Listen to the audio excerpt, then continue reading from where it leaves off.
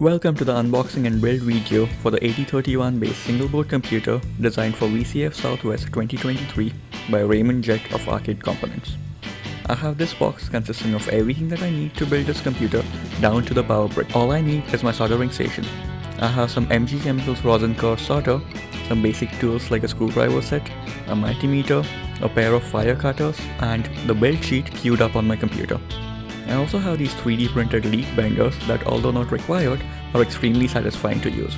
I'll put the link to the STL file in the video description. Before we start unboxing, let's talk a bit about this project.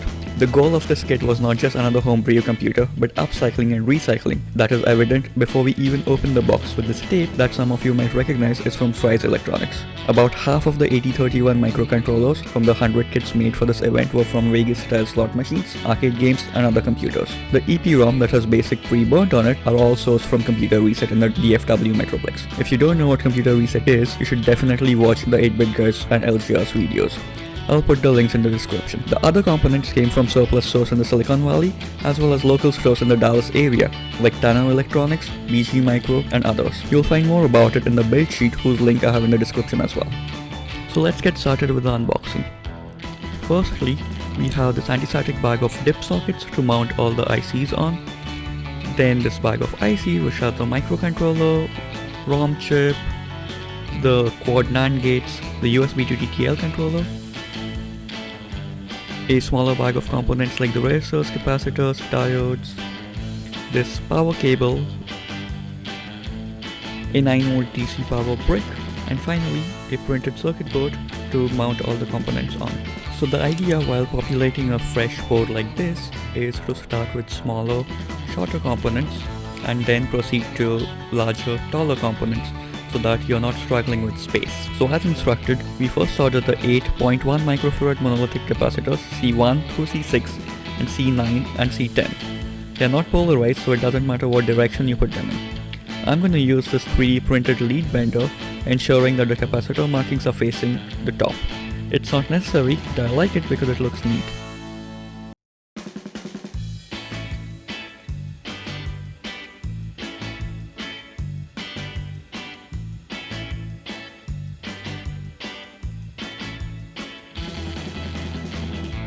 I'm gonna do the same for all 8.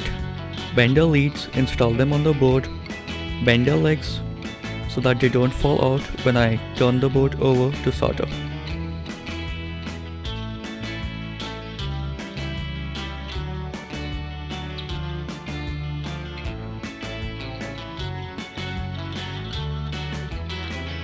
So with all the 8 caps with their leads bent and installed in the right positions as marked on the PC board, I have the legs bent apart slightly so that they continue to sit flush and don't fall off when I turn the board around to solder them.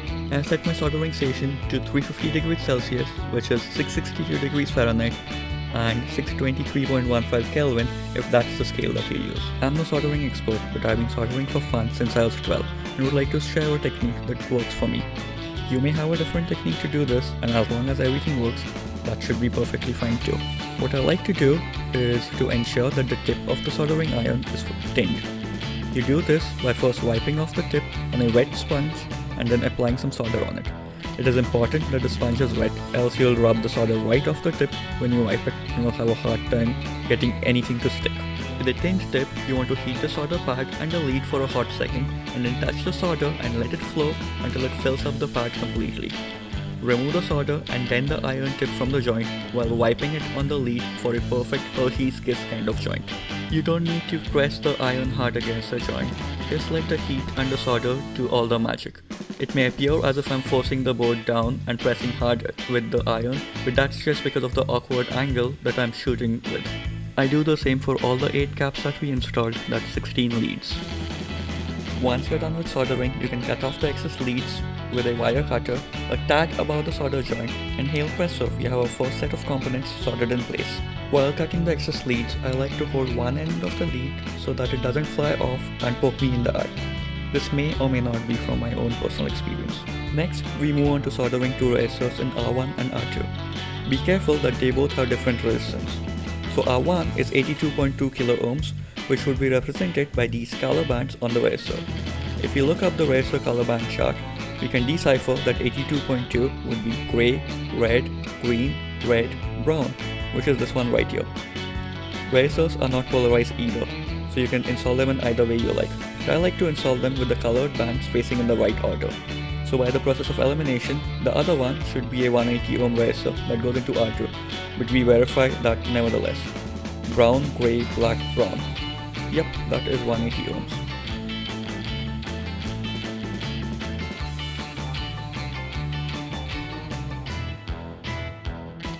With both the resistors installed in place, we flip the board around and solder them. Next we install diode D1. A diode looks like a glass tube with a black band on one end. Since diodes are polarized, you need to make sure that the black band on the diode matches the black band on the board. And then we solder it in place and cut off the leads.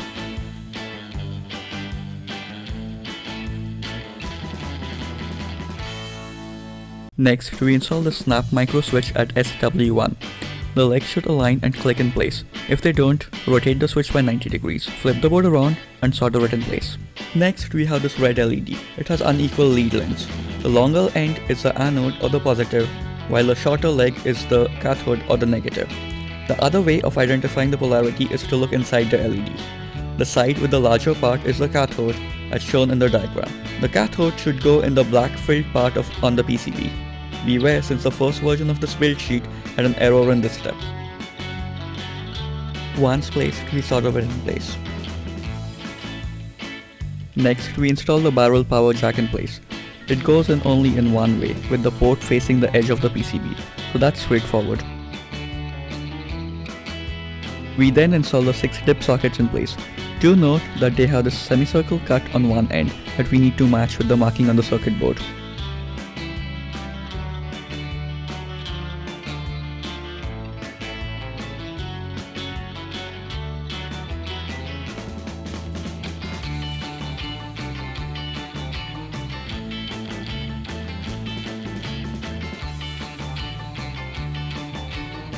Next, we install the voltage regulator, to ensure that the hole on the regulator matches to that on the PCB before bending the leads and soldering it in place.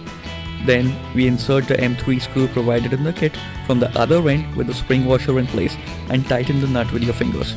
You just need to hold the regulator flush to the PCB. You don't need to use a screwdriver or a socket to tighten it, since we risk over-tightening and cracking the PCB. Once placed, we solder it in place. Then we proceed to install the capacitors C7 and C8. They are not polarized either and can be installed in any direction, but it's nice to have the markings face outwards so that you can read it easily. The next step is to install the crystal at X1. It's not polarized, so it goes in any way, and you just have 2 leads to solder in place. We then proceed to install the headers, which can be a bit tricky. First, you need to trim them in the required configuration. What I like to do is use this tool called Helping Hands to hold the header in place while I solder them. You can use your hand to hold it in place, but be careful that you're not holding directly under where you're soldering. The pins can get really hot really fast. Lastly, we have these 2 electrolytic capacitors to solder. If you have the first revision of the build document, this step is missing. Electrolytic capacitors are polarized, so you'll see a band on one side with a negative marking on it. That's the negative lead, as you would have guessed. The positive end also has a longer leg which we can match on the marking on the board and solder it in place. It's always a good practice to ensure that all the components sit flush with the board. With this, we are done with the soldering part of the assembly. This is a good time to inspect the board for any bad solders or solder bridges and confirm the polarity of all the polarized components before we feed any power through them. Then, we proceed to connect the supplied power supply and check that we are getting 5 volts at the second and third pin, counting the first pin from the left on the voltage regulator.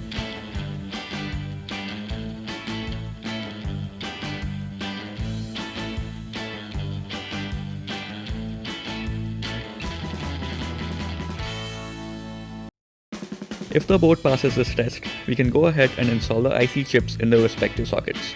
Some ICs will have their legs bent slightly outwards from the vertical and may need careful coaxing to plug them into place. Be careful to orient them correctly to the notch on the socket and not to bend the pins on the ICs to where they fold under the chip instead of going into the sockets.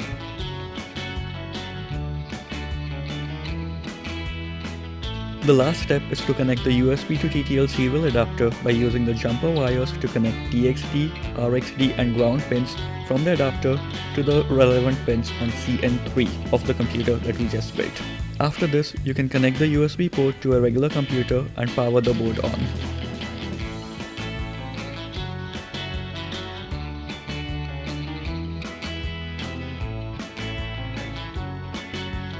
You'll need a serial monitor tool to communicate with your 6031 computer. On Windows, you can use Tera, or on Mac, you have serial tools. I have the links for both in the description below. Once you have the serial monitor installed, select the correct serial port. It should say USB serial or something similar. The important part is USB. Set the baud rate to 9600, 8 bits and no parity. After this, press the reset button on your 6031 for good measure. There's just one button there, so it's already better than an iPhone. Then click connect. Next, press the spacebar and you'll be greeted with a response showing the version of BASIC installed on the ROM. Then we go ahead and type print mtop, which will print out the top address of the memory. You should get 32767, which is 32K of memory. If it's different than this, check the connections and solder joints on all your ICs. Then type print xtal to know the frequency of the crystal. The response should be 110.59200. Next, we can try this Hello World program, but it's certainly against the law here in North America at least to not do a Hello World program when you're starting something new.